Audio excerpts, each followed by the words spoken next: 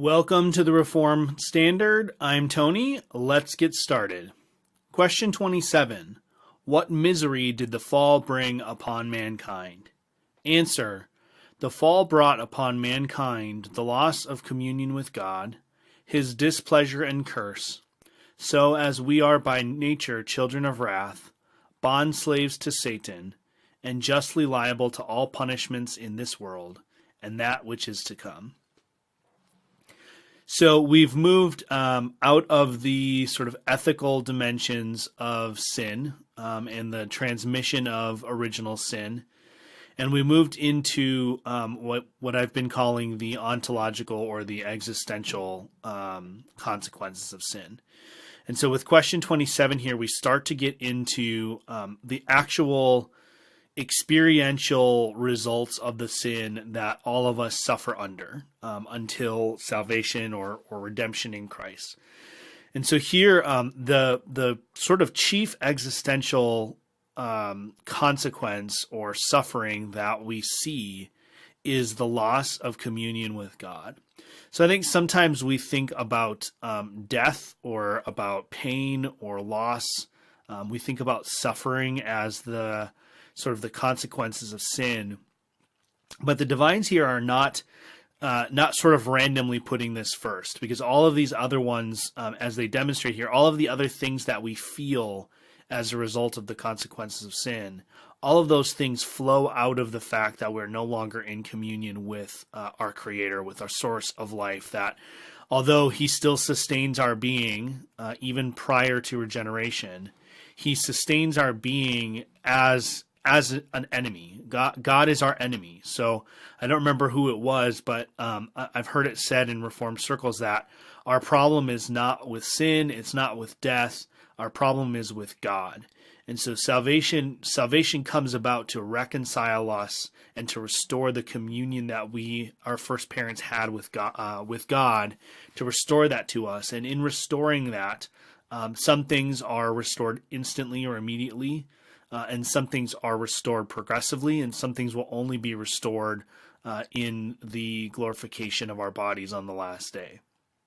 And so here we see that the loss of communion with God results in all of these other sufferings, these other consequences that we face.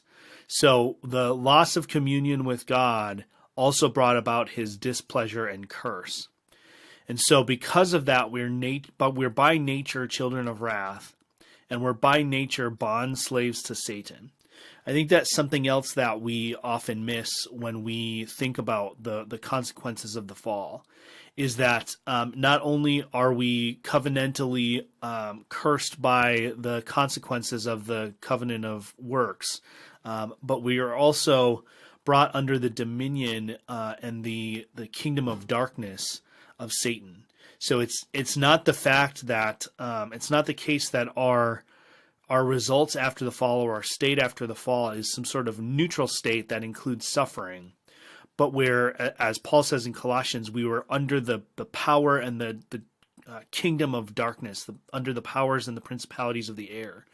And so salvation is not just salvation from the ontological consequences of sin and the legal consequences of sin, but it's also redemption out of the grip of Satan. And I think far too often we fail to mention that or emphasize that when we're talking about the gospel.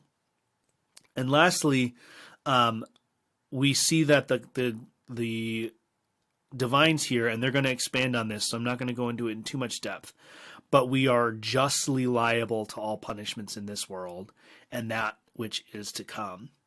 And so we sometimes feel as though the problem of evil is so great because we look around and we see that there are children who are suffering, there are people who don't have enough food to eat, there are people who are sick and dying, and we sometimes feel the weight of that, and we wonder how it can be that God is just. But in reality, even that newborn baby, and this is difficult to say, but it's the reality of what the Bible teaches. That newborn baby who suffers some sort of pain or congenital defect or illness, even up to the point of death. That newborn baby is by nature a child of wrath. And so although the Reformed have consistently affirmed that God is gracious to many, if not all, infants who die in infancy, it is not unjust of God to bring about the pain and suffering of any person, even an infant, even a child who is not yet born. It's not unjust of him to bring about the consequences of sin upon that child. And so the problem of evil is really solved more by us understanding the gravity of sin and of what happened in Adam's first transgression than it is in trying to defend or argue that somehow God is not responsible for suffering or is not accountable or culpable for suffering. But what we see here in the divines is that not only do we lose communion with God, but that loss of communion with God brings about the just condemnation and punishment of all humans that will ever be born except for Christ.